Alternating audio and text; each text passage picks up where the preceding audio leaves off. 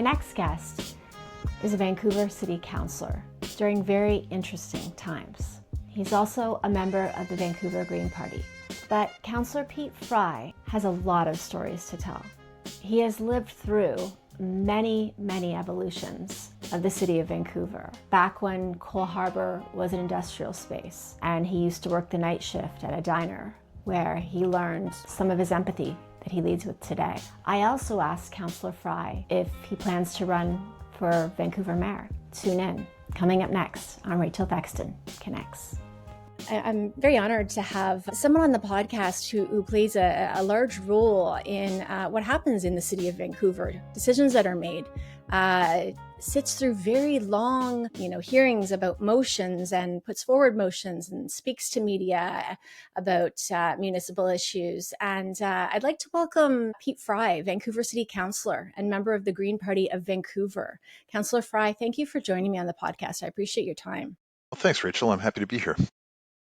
So I said in my initial email to you that, I wanted to have you join me twofold. Number one, you seem quite outspoken and willing to speak about your opinions and views, which I respect and appreciate. So I thought that would be neat. And I think we have some common ground on some of the issues. Now, that being said, I've had people I disagree with on the episode, disagree with quite a bit. And I think that's a fair thing to do. But in this case, I think it would be great to chat about a few things that we seem to share common opinions on and get your perspective on that. But before we start, I always like to get to know the guests a little better, especially when they're, councillors. So we're looking at Councillor Pete Fry. You're usually seen speaking to issues, speaking to politics in the city of Vancouver. But who are you as a person? And I think that's really what I want to start with.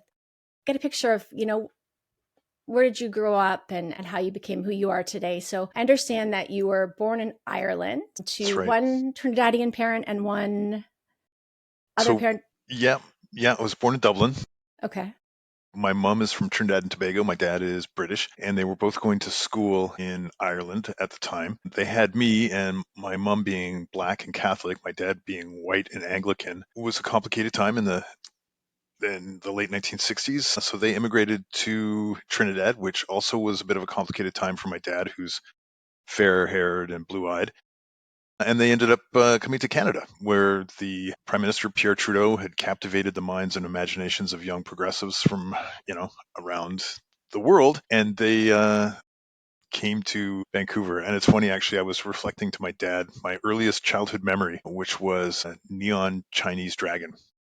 And he's like, that's because we used to go to when we first arrived in Canada, in Vancouver, we used to go to a Chinese smorgasbord next to the bungalow that we lived in at the 2400 Motel on Kingsway. So our first place was in that kind of iconic motel on Kingsway. And we used to go to this Chinese smorgasbord with a giant neon dragon. And that really imprinted in my brain. And yeah. And so your experience growing up here, tell me about it. Well, my folks split when I was about 10 years old. I've got two younger brothers. They're both born in Canada. We grew up on the west side, Dunbar. It was, fairly pleasant. My mom remarried. So did my dad, actually. But my mom remarried when, probably when I was about 11 years old, to an old school Canadian guy who had a long history in media and public relations, and actually taught me a lot of stuff about how to deal with media and more Canadian history aspects. He was also really into sports, which really kind of nurtured my brothers, who were also really into sports. I was always more of the odd one, more into arts. And as a young person, I kind of was a bit more punky, kind of new waver club kid. I spent a lot of time hanging out downtown and really developed kind of a passionate love affair with urban Vancouver, and really, the transformational experience of Vancouver, which, I was really lucky to experience because, I remember when Falls Creek still had log booms and sawmills, and then it was all transformed for Expo 86. And that was such a transformational time for everything downtown, which was really as kind of coincided with my coming of age. We used to hang out. There was in front of the then Eaton's, there was a long bench called Poser Square where all the kind of Granville Street mall punks would hang out and figure out where the next party was and that kind of thing. And it was quite a magical time in Vancouver because it was such a new we were evolving from this kind of provincial backwater. Suddenly we had a SkyTrain that linked up all the suburbs, and we had a lot of really new dynamics coming into the city of Vancouver, which prior to, really nobody lived on the peninsula. At least nobody lived really east of Burrard Street. And then suddenly we saw Yaletown transform from these kind of like warehouses and artist spaces into condos. And similarly, we Yes. saw that same sort of transformation in Gastown. So it was quite an interesting time for me. My mom, as a physician, and of course, my mom is now the MP in Vancouver Centre, and she's the longest serving female MP in Canadian history. But Wow. before she was an MP, she did general practice in obstetrics. So delivered a lot of babies, many of whom will inform me of that on the street when I meet them. I bet. But also, she was really at the front lines with a lot of her patients were gay men, and so she was sort of at the front lines of AIDS, and had also kind of imparted on me sort of a lack of fear of the queer and homosexual community. I was very comfortable with it as a young person, and quickly found myself kind of in that milieu as a club kid. And my first real job was waiting tables at a iconic 24-hour gay restaurant called Doll and Penny's on Davie Street. And I used to work the 1 till 7 in the morning shift, My. which really opened my eyes and experienced a lot of, you know, what I would say was sort of a tragic and magic time. Yeah. It was That's a great the way to describe it. Well, and it really was. It was the end of, like the AIDS crisis was ripping through the community at the time, but it was still very vibrant, and we would have huge lineups and lots of people coming in after the bars. But also, you'd see people fade away and pass away. Watch the community sort of ripped apart in many respects. Also, I was sort of the go-to at the 1 till 7 in the morning shift. I was the go-to for all the street kids who would come in and find sort of shelter in my section because I would run the entire restaurant. By that point in the evening, the whole restaurant was pretty much mine because the other waiters would go home, and they would always find, streetwalkers, street kids, different people in the late night milieu would find their place to nurse a coffee and chain smoke in the back of the restaurant. I don't know. For me, that is a thread that kind of runs through my experience in Vancouver, growing up here, living here. Most of my adult life, I've lived in the sort of in and around the Downtown Eastside, so like Victory Square, Chinatown, but mostly in Strathcona, which is the sort of residential neighborhood just to the east of Yeah. of Chinatown, where I've been for well over 30 years. Wow. So I had no idea. You should write a book about your experience in the history of Vancouver because you have really seen and lived these moments of history and this transformation of our city through many, many, meaningful transformations when it comes to, like you said, the change and gentrification of neighborhoods, different times and the way in which our city's population, their struggles and also their, successes and all of these things. And so now as you look and you're managing the issues and the opportunities for Vancouver. Do you think that kind of having that experience gives you a different lens versus someone who maybe wasn't as deeply rooted and connected into the urban experience? Yeah, I mean, I think I have a lot of empathy for folks who have, and I wouldn't say I'm exclusively have a lot of experience in all the aspects, but what my experience and my opportunity to meet people has really opened up to me is that there are, there's a million stories in the naked city. There's so many interesting, compelling narratives that kind of are intertwined. And that's what I love about cities and what I love about Vancouver. And the fact that, yes, we went from some sort of sleepy provincial backwater where there was still lumber mills and resource extraction workers who would come down to drink their savings in the downtown east side and ultimately met their demise there. And that, the history of the west side versus the east side, ethnic and so many intersecting narratives in the city. And that's what I find fascinating and find a great deal of joy in. And a lot of that was actually my stepfather, who grew up in what was then a separate municipality in South Vancouver. And as a young fella, he was a copy boy for the Vancouver Sun. So he literally ran sheets of paper and information from floor to floor. and worked his way up as a cub reporter and then became one of the first sports reporter, TV reporters, and had all these amazing experiences about old Vancouver, which have always fascinated me. And, so I've always been really interested in the history of this young city, which is so diverse and so interesting. And so I have a great deal of empathy for folks who are struggling with change. And our city has changed rapidly. And I think for a lot of folks who are relatively new here, they see us as a young city without a lot of history, but we actually have a huge, complex, colonial history, and of course, a even deeper, complex pre-colonial history with the Musqueam, Squamish, and Tsleil-Waututh people who have been here, for millennia, and I'm constantly learning new things. In fact, this morning when I was at Kitts Point, which is why I'm sort of dressed super casual because we have an out-of-town guest, took her out with the dog to Kitts Point to check out the view, and happened across the executive director of the Vancouver Maritime Museum, which if your listeners haven't been down lately, I urge them to go check out the Vancouver Maritime Museum because it's really quite fascinating. This is the building that where they hauled up the St. Roach, the RCMP Arctic icebreaker vessel from the 90s, and they hauled it up and built a building around it, and it's now this fascinating maritime museum with not just the intact RCMP icebreaker, the St. Roach, but also tons of maritime artifacts. And we had a really interesting conversation about a side project that I've been thinking about a lot. Local oystermonger is really interested in finding ways to repopulate oyster reefs. And because oysters are a fantastic filtration system and they can form a breakwater.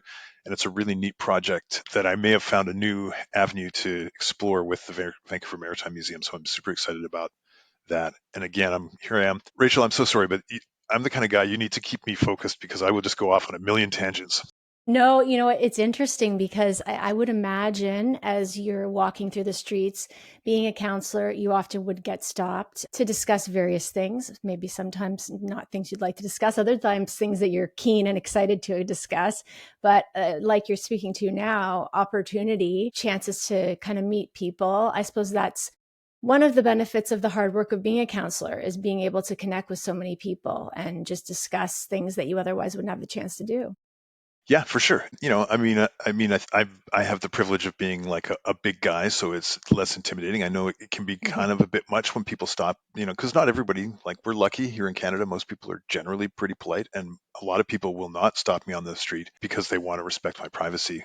But, certainly you get the odd aggressive kind of misanthrope that really wants to Yes. yell at me or what have you. But by and large, when I do stop to have conversations with random people about issues, it's usually quite fascinating. And it's, I think, one of the best parts about being a city councilor is that it's such an approachable kind of role. And so, I mean, I answer my own emails. I answer people are always surprised when I pick up the phone in my office and answer because they expect to go through some kind of, Yes. receptionist or something. And they were surprised when I actually answer my own calls and answer my own emails. And I think that's one of the best pieces of the job, frankly. In fact, one of my first here I'm going off on another tangent, but one of the I'm first interested. okay, so this was one of my first things as a city councilor. I'd been recently elected. I got a letter from a group of adults living with developmental disabilities living in a group home in False Creek. And at that time, the city was removing all these older wooden bus shelters. They were made out of timber and like just little shed kind of roof that we had throughout the city, and they were starting to remove them because they were rotting and they were falling apart as wood does. So in this particular case, they were, in South Falls Creek, and it was a fairly low frequency bus route, and the city had decided not to replace the shelter because really there wasn't that much ridership on that particular stop. So these folks had written a letter and they were like, this is what's happened, but we're all in wheelchairs and we really need that shelter because the only way we can get around is by the public transit on the bus. And I was like, oh well, that obviously makes sense. And I immediately went to the general manager of engineering and he's like, oh, wow, of course. Yeah, well, let's fix that. And we had a steel and glass shelter there quite promptly. And they wrote me back and they're like, oh my gosh, we've been struggling with this for a year and a half. And you're the first person we've been going through all the avenues and 311. And you're the first person who actually took this and did something with it and got it accomplished. And I thought, wow, look at that. That was a moment where I realized that there are opportunities, even if I'm not in a majority power situation.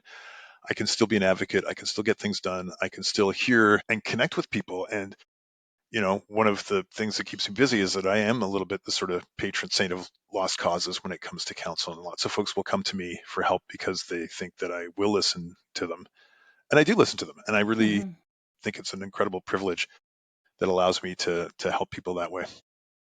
I think people view you, from how I understand it, as perhaps having perhaps a greater amount of empathy for others. That may be, that's how I would see it, I suppose. If I'm thinking of, municipal figures, I would think that if someone said, who would you think of when you think of empathy? I think your name would come up. Well, Is it something you've heard in the past? I mean, if you believe in astrology, I'm a Pisces, so it sort of checks and tracks. But also, my motivation for doing this work comes from a place of empathy. I mean, I've lived in the downtown east side for a long time, and I mean, it's very easy to sort of drive through the downtown east side and see the misery and the poverty and the degradation, and be even somewhat dismissive. But when you walk around the neighborhood, especially when you have a dog, you start to talk to people and you start to get more of a sense of who they are, where they come from, and there are so many reasons that people end up in the downtown east side or come to the downtown east side or are from the downtown east side, and there's so much complexity and richness of culture and experience, and it's hard to ignore that. And there's a lot of, it's interesting because I think Vancouver is a desperately lonely city in many respects, I and agree.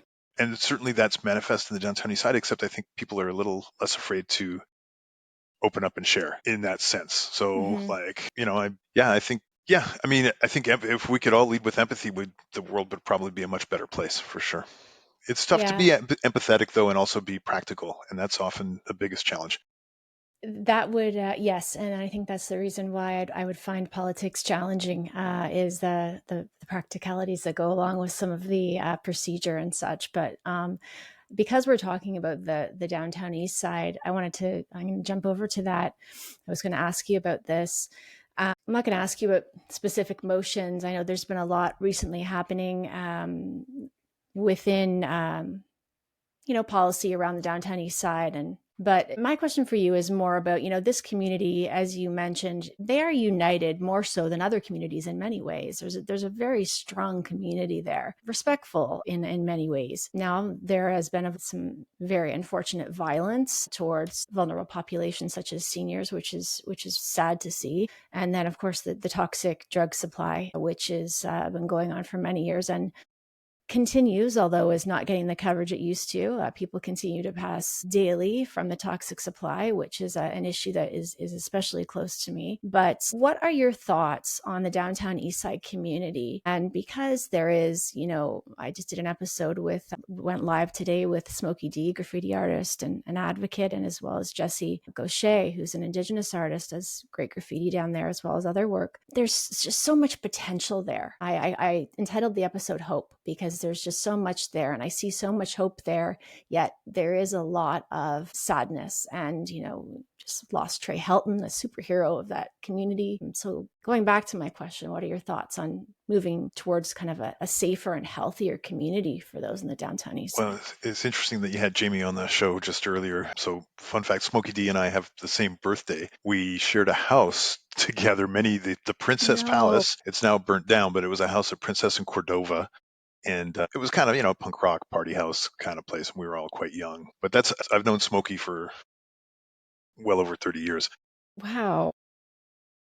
Yeah, and I mean the downtown. I mean it's very layered and multifaceted, and I mean like the Trey, the Smoky. That's one sector of it. People who use drugs is one sector of it. There's a lot of different populations in the downtown east side. I think one of the challenges with the downtown east side is that it does so much heavy lifting for the city. It's no secret that we've really kettled people in the downtown east side when they have nowhere else to go. Hmm. And so as folks, get rent evicted out of their home, or they suffer some kind of catastrophic injury and find themselves unable to support themselves with regular income, or maybe in chronic pain, or if they're older and on a fixed income, so many people end up in the downtown east side because they've lost opportunities to be elsewhere. I mean, a lot of folks wouldn't know this, but Shaughnessy, which is largely lauded as the sort of rich neighborhood in Vancouver and very exclusive, it would have been all but disappeared in the 1930s. It was originally built around the new wealth that came into the city, but by the 1930s, people were starting to move out into outer suburbs if you had money, and those beautiful old mansions started to fall into sort of disrepair, and they were only preserved because they were converted into SROs. So, and, coming out from the war and all sorts of things, people converted these old mansions into rooming houses, and only in the late 1970s, early 90s did people start to realize, oh wow, these are beautiful old mansions that are rooming houses. What if we bought it and converted it back into a mansion? So, and when I was a kid, Kitsilano was filled with, like, shared houses and rooming houses and lots of bed sitters and that kind of thing. And Yeah. gradually all those populations have been removed and focused in the downtown east side. So you've got this myriad of disparate populations that are mostly kind of united by poverty, but Right. have different kind of needs other than that. And certainly, Yeah. like, lots of desperately poor elderly Chinese folks Yes. who are, from a generation that was brought over here as kind of working under the table, never learned English, have very little by way of life skills or family supports, and Hmm. are also struggling. So it's an incredibly complex neighborhood. But I would say that the challenge for us as a city is that we are continuing to focus all of those needs in one small 20 square block radius that has crumbling infrastructure, that has substandard housing, that has and a huge transitory population that comes through, including a lot of predators. So there's a Yes. bunch of complexity to it that Yeah. that is no easy fix. But I would say one of the fixes is to diversify offerings for people with socioeconomic challenges outside of the downtown east side. And that Yeah. has proved to be quite elusive. Certainly, historically, we've pushed it all there. But even as we see with this Seventh and Arbutus supportive housing project that has effectively been quashed, and and Hmm. and and the current mayor Ken Sims promised to freeze all new supportive housing in the city of Vancouver, and in a very misguided attempt to solve street disorder, Hmm. that will only magnify more and more misery in the downtown east side, more poverty in the downtown east side, more transient populations in the downtown east side, more dysfunction. And it does a huge injustice to folks. I got involved in politics in no small part because I was doing a lot of work with families here in Strathcona, sort of on the outer edge of the downtown east side. There's a lot more. I mean, and again, the downtown east side is such an interesting patchwork of different populations. You have, your Chinatown population, downtown east side Oppenheimer population, your sort of Gastown population. In Strathcona, we have a number of big social housing projects and housing that's dedicated towards, like, single moms with kids and a lot of families at risk. And one thing I learned through my work in the community was that our kind of colonial bureaucratic systems, for child protection, for instance, we'll, very quickly, Ministry of Children and Family Development will swoop in and grab children who are in a situation where, like, there's some dysfunctional family dynamics, and they'll move those kids into foster care. But often what was really needed was better supports for the family unit. And if we can keep those families together, and it's like they're struggling because, untreated addiction or poverty has led to food insecurity, and the kids are missing school, or what, we don't do a good job of, like, focusing on how to support people where they're at, and instead come in and we know that oftentimes kids don't thrive in foster care. The parents don't thrive once they've lost their kids, and it further perpetuates a negative spiral where it's coming from a good place. Like, obviously, yes, we want to protect children, we want to keep them safe, but was that the best approach? And had we exhausted the kind of more proactive preventative approaches? And for me, that's a big part of what we're not doing, is proactive approaches. Everything we do seems to be reactive. It's like Yeah. street disorder, more cops, more street sweeps. Let's pause supportive housing because there's too many poor people. I still can't wrap my brain around the pause of supportive housing that Ken Sim initiated. Yeah, I was not keen on that. My question, though, I guess, is, I didn't hope you don't mind me asking you this. I hadn't planned on it, but just as you bring up this concentrated population of the downtown east side, those who are more vulnerable, have more needs. The challenge is the process in other municipalities, and the hearing process, and the small but loud, and sometimes medium or large but loud opposition seems to control what happens. And it makes me sad. It seems to be an illustration of kind of, what we were saying earlier, but a lack of empathy. I'm not even going to say they're not in my backyard, because I think we're kind of past that term, but just even, don't want it around me, don't want it in my community. And so how does that, in this with these political processes in place and this loud opposition, how do we even transition from the downtown east side into other municipalities in order to kind of, give people more space to, have different populations have their needs met in different places? Yeah, it's a great question. I mean, she just had an outreach from a housing provider, and I'm going to be a little bit sort of circumspect about how much information I give on this particular one. But Mm-hmm. they have a large building they recently purchased. They have very vulnerable populations at risk of homelessness. They're not in the downtown east side, and the project is so far been a success. They inherited a building that has been repurposed. uh, Residents were actually super supportive of them coming in and brought gift baskets and have tried to engage with the members. And so these new people who are living in this building are feeling welcomed in their community. And the operator, and I think this is the salient and really critical point, is that the operator of this housing facility has good on-site supports. And it's decent supportive housing. It's not kind of run haphazardly with like riffraff hanging out on the outside and adjacent crimes and criminality, but rather it's done More intentional. more intentional, but I think just better programming. And I think a lot of supportive housing suffers from, and this is a function of how they get the contracts, right? The contracts are awarded based on like the lowest cost delivery. So Mm-hmm. it's not Mm-hmm. necessarily about like the outcomes for the individuals. It's like, well, how, can you underbid and come in with like, so typically that means less staffing, less thorough supports, poor maintenance. And when you especially deal with populations that are like what we call the hardest to house, it can quickly turn into a disaster. So, and it's not always the fault of the operators. It's oftentimes like, when we've got these really hard to house populations, nobody else wants to deal with it. So you've got just a handful of operators that will take it on.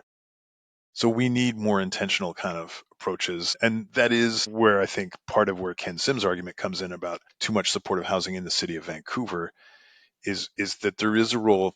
I mean, this is really the purview of the province. Now, I would argue that this is also part and parcel of being the city of note in the region. We are the big city. We are like home to the sports teams. We're home to all the bars. We're home to all the other things that people like about the big city. So that also comes with like, And the more resources and sometimes. the resources. And so we have all the hospitals, we have all the stuff, but we also have the inner city kind of struggles. And I think that is kind of the contract, really, in many respects. But at the end of the day, the responsibility for supportive housing and housing in general really is with the province of British Columbia. Our role as local government is to approve land use and and approve the creation of housing, but we don't typically finance it. That's the role of the province. The operational budgets come from the province to do supportive housing. Right. Okay. So just not to, because I know media. And by the way, if I had known a little bit more about your history and knowledge about the city of Vancouver, I would have designed my plans a bit different for the episode. So I might have to have you on again, but Let's do that.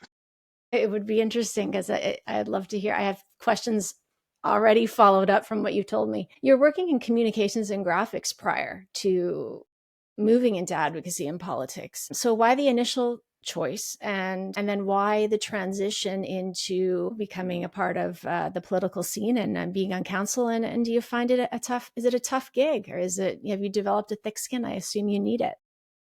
Well, that's my favorite line is this job requires a big heart but a thick skin.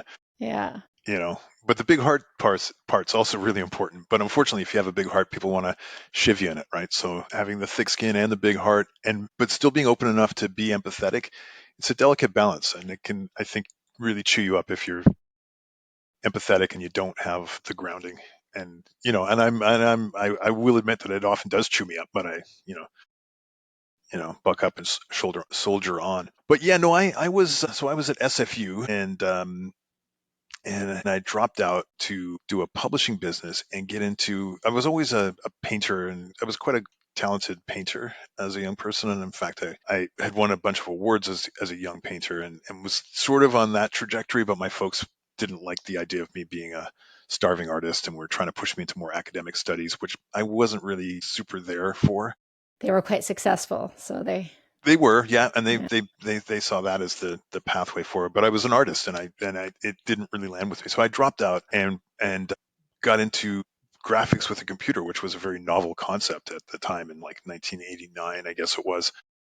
And so I started doing graphics with a computer and had a publishing business, which morphed into I started importing leather biker jackets for a while and selling those. I had an office on Granville Street where we were doing publishing and a leather biker jacket shop that we sold to all the punks. That was a thing for a while, and then the life kind of hit the skids for me a little bit. I had some, I was working in bars and nightclubs as well, and I had multiple side hustles, and was partying a little too hard, and had some issues with substance, and then kind of had to take a bit of a break, hit the skids a little bit, and then started to rebuild with, I found kind of a new lease on life. Actually, was around the time where that house that Smokey D and I were living in, I'd moved out because people were getting into bad drugs. And I had a dog then and I didn't want to be around it. So I'd moved into a different place. That house shortly after burnt down, but that whole sort of milieu had followed me to my new home where I was living with a bunch of roommates. And so I bailed on that whole scene and started living in warehouses. And so I did warehouse living for quite a while, running sort of booze cans and creative studios that became the sort of platform for doing graphic art. And I had a print shop for a great many years doing, on-site printing and print brokering. Did lots of like alternative stuff. So early rave graphics, lots of gig posters for the sort of nascent grunge scene of the early 90s. And so it was really and I did a lot of work with the underground newspaper Terminal City of the day, an Oh, alternative weekly. And so really had kind of like was steeped in a lot of that kind of countercultural stuff. No interest in politics. Around that time, though, my mom did seek him and run for politics and was elected. But by this point, I was living a pretty underground artist life anyway. Continued along that trajectory until I met my wife, who forced me to get a little bit more corporate and focused, and did that and was pretty successful at it and built up over, a couple of decades of pretty decent practice and small communications shop. But kind of became a bit burnt out after a while and yeah. realized that I felt like it lacked meaning. That all I was doing was just churning out stuff for, especially, I went through many cycles of industries, like obviously I was doing clubs and underground stuff, and then I was doing more music industry stuff, and then I was doing travel stuff. But as each industry would sort of face these onslaughts and changes, like I used to do for years, I'd spend my summers locked in a dark room making beautiful, like full color, perfect bound travel catalogs for people to pour over and figure out where their destination vacation was going to be. Of course, that went the way of the dodo when people started to just book vacations online, Right. and nobody really needed that full glossy travel catalog that was a big part of my bread and butter for many, many years. But anyway, I so used as to I love those. oh, I know, they I were still do. I do too, and I used to, it was fun to make like nice collages. We'd get stacks of discs of like stock photos from these resorts, and then I would collage them together and make really cool graphics. But Well, how interesting. yeah, but it was always ironic because I'd be doing that, and the deadline, it always seemed to be around July, August that I would have to churn it out, and it was kind of depressing because I'd be in the dark while real humans were enjoying the sun and all that kind of stuff. Right. But anyway, over time, each industry would, ebb and wane, and I would, so there was a lot of cyclical nature to it. But I just, I started to feel like a lot of the stuff I was doing was kind of meaningless. And then I found more meaning in community development work. A good friend of mine, that's from my sort of political origin story, was after a good friend was hit by a car on Prior Street, suffered a massive life altering and ultimately life ending brain injury. And that we were sort of the front line. My wife and good friend had to go to the hospital and identify him because he was a complete mess. I'm And then his sorry. family came and lived with us for months, and it was a very trying time. And he never recovered. But through all that, the city was planning to do a massive infrastructure project that would have delivered even more traffic onto that street where he was hit. And they had very little comprehension of what it meant for the neighborhood, and even less inclination to do anything proactively about it. They were like, well, that'll just be another. They were in the rush to tear down the viaducts, which still hasn't happened. They had no plan for east of Main Street, which is where my friend was hit. And that was, for me, was the big challenge. They basically said, well, that'll be some other plan. This plan is focused over here. And I'm like, well, they're interconnected. We have to take more of a holistic approach to this kind of thing. We should be proactive and anticipate what it's going to mean for people at the other end of the road. And And that became my sort of political. It was funny because I was at an open house challenging these planners with that very narrative, and they started to back away from me in fear. And I was like, well, I'm not being that aggressive. And then I turned behind me, and all my neighbors are standing behind me. They're like, yeah, Pete, yeah, you tell them. I was like, oh, wow, I guess I'm kind of channeling the voice of people in my community, and Yeah. I guess I'm doing a pretty effective job of it. And anyway, I just found more meaning in that, and did a lot of work at Raycam Community Center, which is one of my sort of like favorite places that I love to support and could use more support. And it's a complicated story that I could get into, the history of Raycam, but it's a very interesting one. But it's where there's a lot of families who are struggling on the periphery of the Downtown Eastside who could use more supports for them and for their kids. And a lot of these kids fall through the cracks because of, and unfortunately, a lot of the gains that we had when I was doing that work were sort of dashed over COVID and haven't really come back. Okay. So you recognize that you could make change. I think kind of Hmm. you saw what was the potential within you and how within, your experience, your compassion, or acknowledging something that needed attention and kind of movement. And the thing I wonder about is, when someone thinks about being a city councillor, a role that has that type of visibility and scrutiny, and you mentioned a big heart and thick skin, that's a big decision to make. I mean, you're not doing this for the money. Counselors aren't paid massive amounts of money, and it involves a lot of work, and it involves it involves a lot. It takes a toll, I would assume. But as we talked a little bit before we started recording, that those successes are really fulfilling for you. Do you find anything about it challenging? And do you ever think, maybe I should have gone a different route? Or are you happy that you have come the route you have? I mean, I'm obviously the person I am today is the sum total of the experiences that I've had in life. So up, down, Yeah. all around, it's shaped who I am, and so I Yeah. wouldn't trade any of it. And there's been some pretty dark times in my life that I didn't get into here, but it certainly, I think, has given me the perspective I have today. So Hmm. no, I wouldn't trade it. I mean, I'm privileged to own a home in Vancouver, so that gave me a leg up. Uh, I was one of the dark times was when I was hit by a drunk driver and didn't walk for a year. And it forced me to actually really focus because I was doing a lot of different side hustles at the time, and it really focused me into graphics as as the only thing I could do because I couldn't walk. Was I was like painting movie sets and doing construction on IFC 891, which was going to be a great money ticket for me, but couldn't do it anymore. And I was waiting tables on the side, and I was doing all sorts of things. Ended up focusing on, so it was a good news, bad news story, and ultimately I got an accident settlement of it that allowed me to put a down payment on a place that has allowed me the security of tenure to pursue a lot of things that frankly I probably wouldn't have been able to if I was struggling with market rents and the uncertainty of housing precarity, which is so endemic in the city. And that's why I have so much empathy for folks who, including many of my friends who are still struggling, in no small part because the median incomes in the city are so disconnected from the market rents that people are hanging on by their fingernails and just desperately afraid that that there's not going to be a rezoning development application sign in front of their building when they wake up one morning.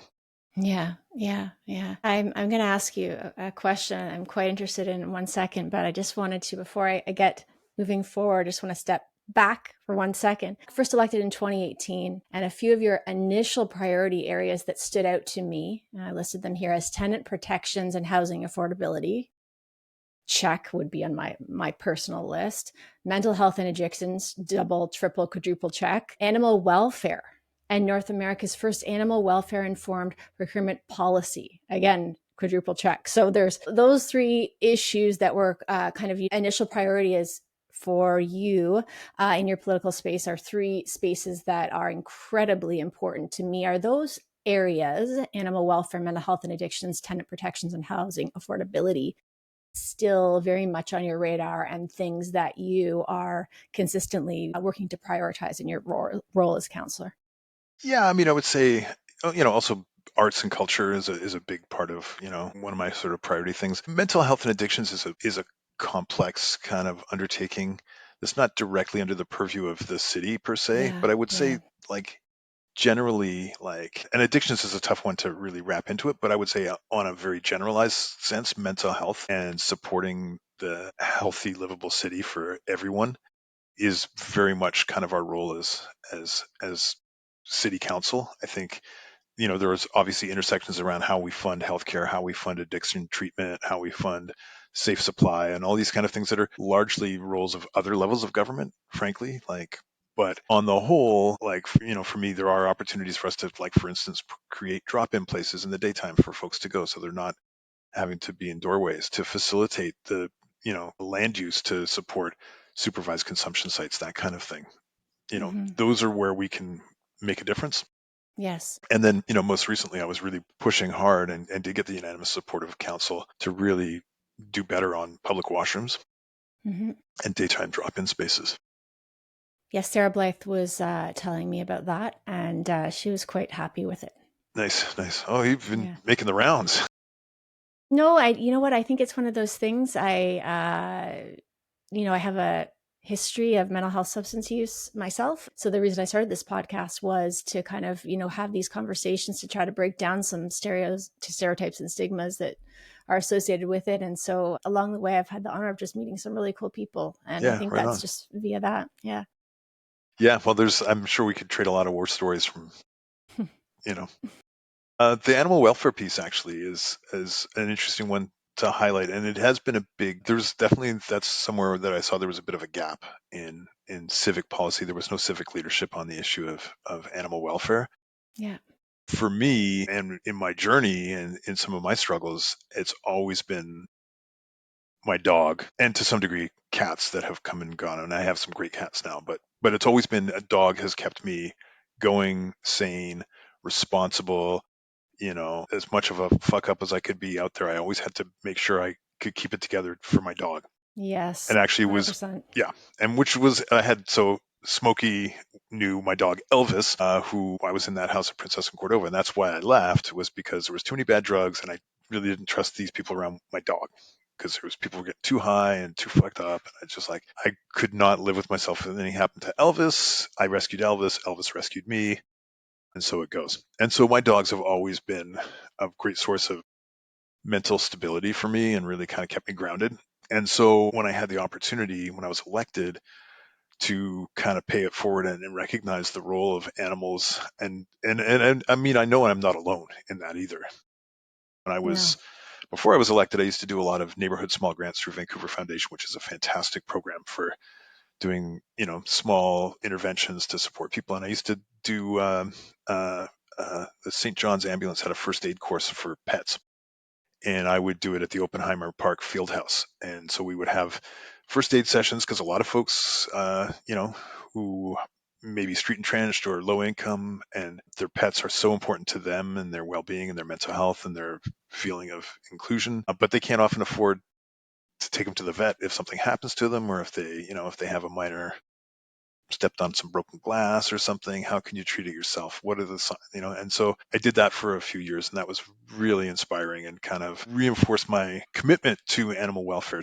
Yes, I introduced the first animal welfare in a corporate procurement policy for a city in North America, which I'm very proud of, and has since been followed by other cities. And it really just seeks to, like, as we make purchases as part of our, we had a procurement policy that looked at environmental concerns, ethical practices, labor laws, those kind of things. And it's like, hey, let's include animal welfare in there so that we're not supporting, businesses that don't have decent policies. And so that's been a success. I introduced new tools for feeding of wildlife within the urban confines, which Okay. hadn't really been addressed. Changes to how dangerous dogs are designated in the city of Vancouver, and also creating an opportunity for them to be rehabilitated.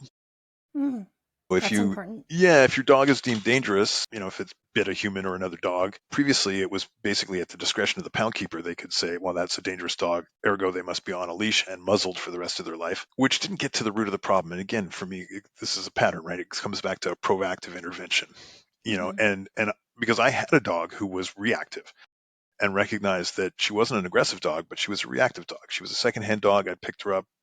I was the third person to adopt her within 2 years. She stayed with us for the rest of her life, but she had some issues and we had to work diligently to mitigate those. And we did. And sometimes, as it happens, you get a dog, there's no rule book really that comes with it. There's not a training manual that comes with getting a dog. It's really up to your own kind of initiative. And Yeah. how do we create opportunities for folks to be better pet guardians? And if there's been a mistake made, is there an opportunity to retrain that dog, and rather than just say, okay, put a muzzle on it and never socialize it again and expect that it will get better, because it won't get better. And then if it ever jumps your fence or gets out without a muzzle, it will be that same reactive or dangerous dog, except magnified because it hasn't been socialized. So, Yeah. Yeah. and and the big one, of course, was and this gained the ire of. There's still people who hate me for this, but was the ban of the retail sale and discharge of consumer fireworks within the city of Vancouver, which I brought that in, and everybody thought I was kind of nuts for doing it, and they couldn't understand why I did that. Um, but then when folks came to speak to it, the members of the public responded to this initiative, and they're like, I'm a veteran. I fought in Iraq. I have PTSD. These fireworks. So for listeners who aren't in Vancouver, we have this weird kind of history of fireworks at Halloween, kind of crossover with Diwali and Chinese Lunar New Year, and it's absolute bedlam for like a month on Yeah. either side of Halloween.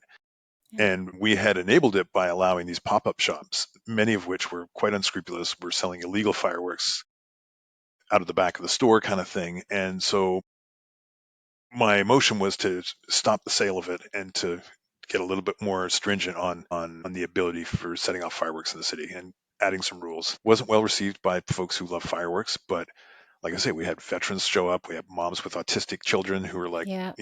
we had Syrian refugees, folks who are shift workers. And then, of course, there's the impacts on the environment, on Hmm. wildlife, and if you've ever had a reactive dog that reacts to fireworks, you know how stressful it can be for your cherished pets. Yeah.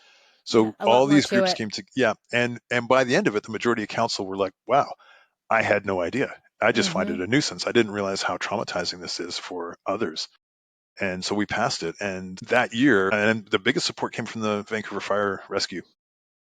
Mm. That year, I think we had an apartment fire that somebody shot a Roman candle into the gutter of an apartment building and burnt the entire building down and displaced like a dozen tenants permanently. Another family had come and talked about their house being burnt down by people shooting off Roman candles. So there was doing harm. It was doing harm to people, and it was, frankly, as I said at the time, I mean, if somebody had come to the city council with this pitch, hey, I got this idea about, rocket-propelled incendiary devices that we could sell to kids, and they could shoot them off all over the city at night. What do you think? And it'll cause Yeah. hundreds of thousands of dollars in property damage, and it'll terrify wildlife and veterans and kids with autism. What do you think? Would you approve it? No, of course we wouldn't approve it. We'd tell them to hit the road. Yeah, So yeah. Yeah, that's one of those things that you really have to take the time to listen, like you said, to hear people out, because I think people from different walks of life, those are the people that can tell you the effect that that has on them, right? So it's a matter of truly hearing and listening people to different people and their diverse experiences. Right. I think there's a big connection, in my opinion, between the animal welfare piece and the mental health piece. I had a dog for 17 years, passed away 3 years ago. He kept me alive during my darkest times because I had to walk him. I loved him so much. He had to be walked. He had to be fed. I had to get out in the sunshine every day. I had to put one foot in front of the other, and I had to do what I needed to do to make sure that my dog was happy. And I don't know if I would have made it without him. I got to say and I think I actually know that that is the reality for quite a few people who go through challenging times with their mental health.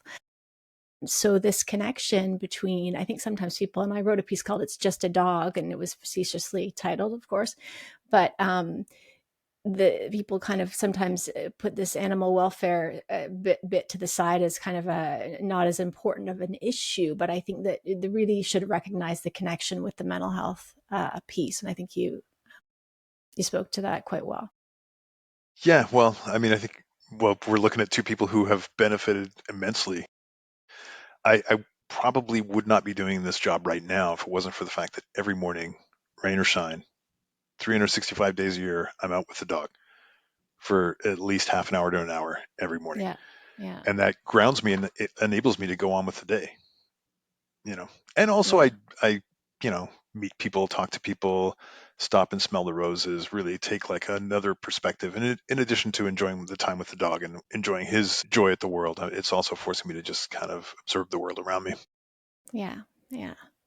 There's a saying, I remember what it is, but you judge a society based on how, They treat their animals. I think that was Mahatma Gandhi, actually. I always quote that, my husband's from Dominican Republic, and he says, wow, I can't believe how well you treat the animals here. Because of course, when you come from an impoverished nation, it's a different situation. And I always, bring that up to him.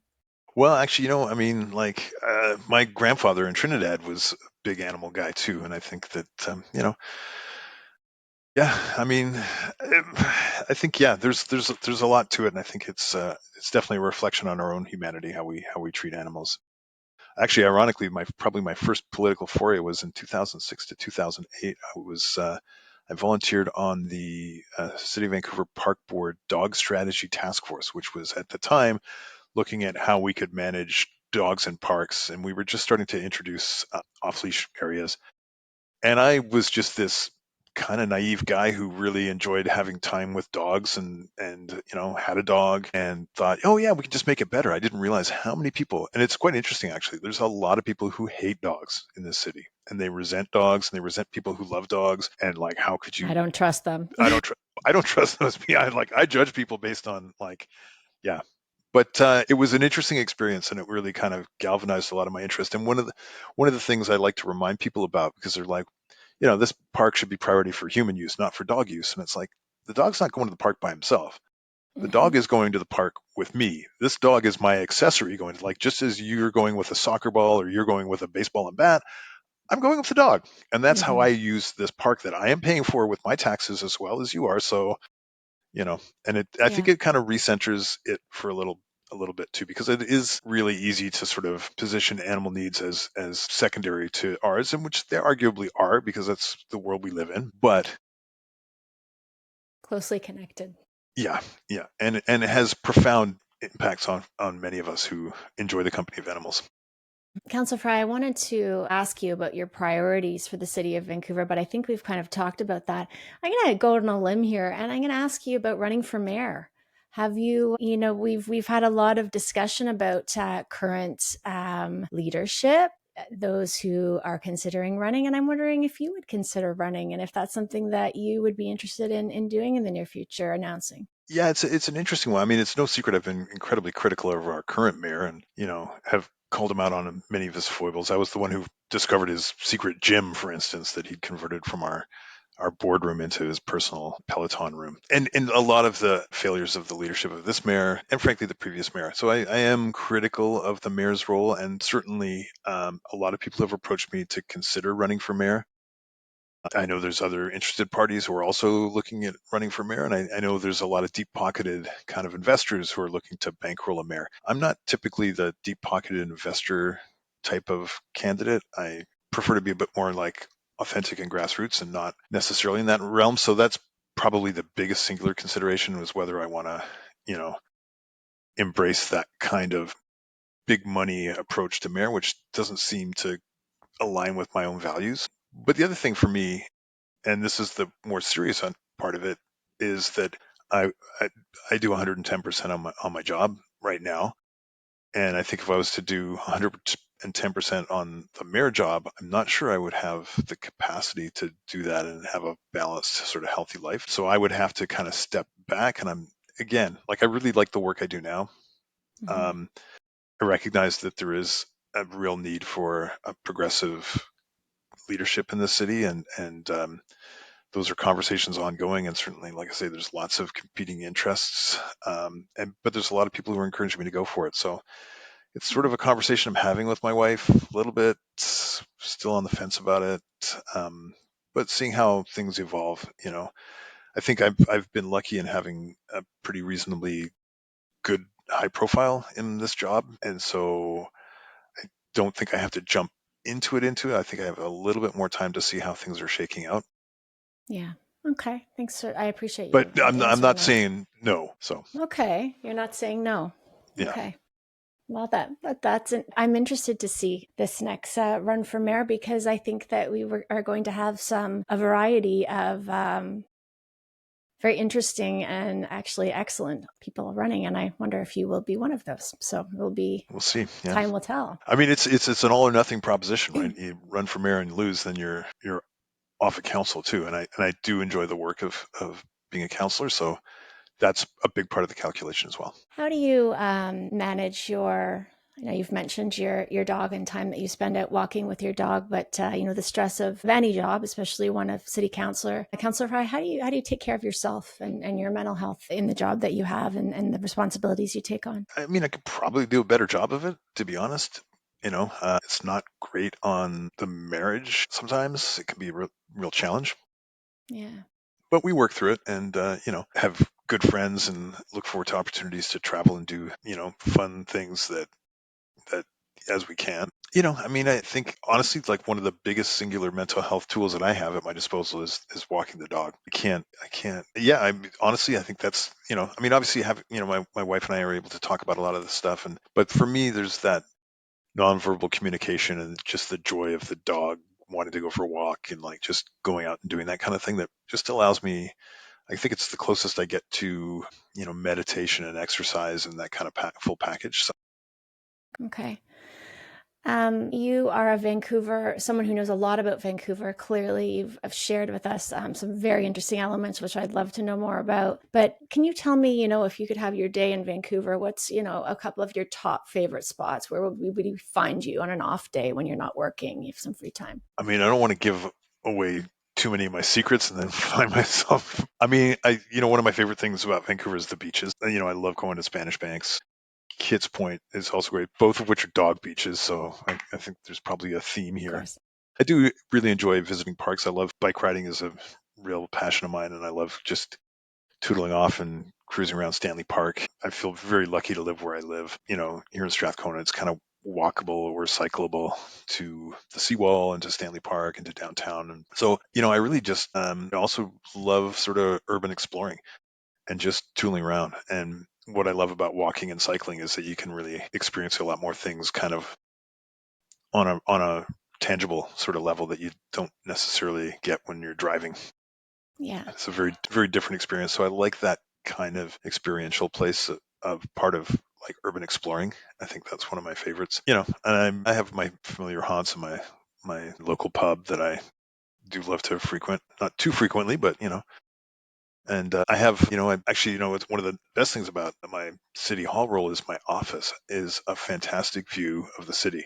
And I've never actually had a view of the city like this. I mean, it's a Cool. view of the mountains in the city. So it's from 12th and Cambie, I have a north facing window and it sort of looks out over the cityscape and then the mountains in behind and then the clouds rolling in.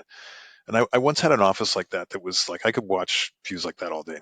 I once had Yeah. an office before they developed Cole Harbor, actually. And so I'm really dating myself, but I had an office over at Pender and Jervis where it was owned by this crazy old prospector who had dynamite stored in the basement of this 3-story building. We had to evacuate the building one day because the fire department came in because, unbeknownst to us, he had these boxes of old dynamite from his prospecting days that were sweating nitroglycerin. But before they developed that area, my office had this fantastic view of the seaplanes coming in and the sulfur piles off on the North Shore. And that's one of the nicer things about living in this city. If you're blessed with a fantastic view of the mountains and the working harbor, I mean, what a Yeah, we live in a pretty great city, and a walkable one. You get one in which you can actually walk from one side to the other if you have the energy, you can do it. yep. It's a pretty cool spot to I live. also love cooking. Sorry, I should have mentioned that one too. That's Oh, one of do my you? that's one of my like real sort of Zen type things. I'm kind of like I'm not really a recipe cook unless I'm baking. I just like to create things. Your So wife is lucky. she is My lucky. husband's a Yeah. cook too, and I'm lucky. I know, so Yeah. it's nice of it. It's not the worst skill to have as a husband. And I think that's what No. makes us keepers. Yeah. And one of these days I'm hoping I can get back into painting. Okay. Maybe you can. I think that it would be really great to take some inspiration from some of your days as a young person in Vancouver.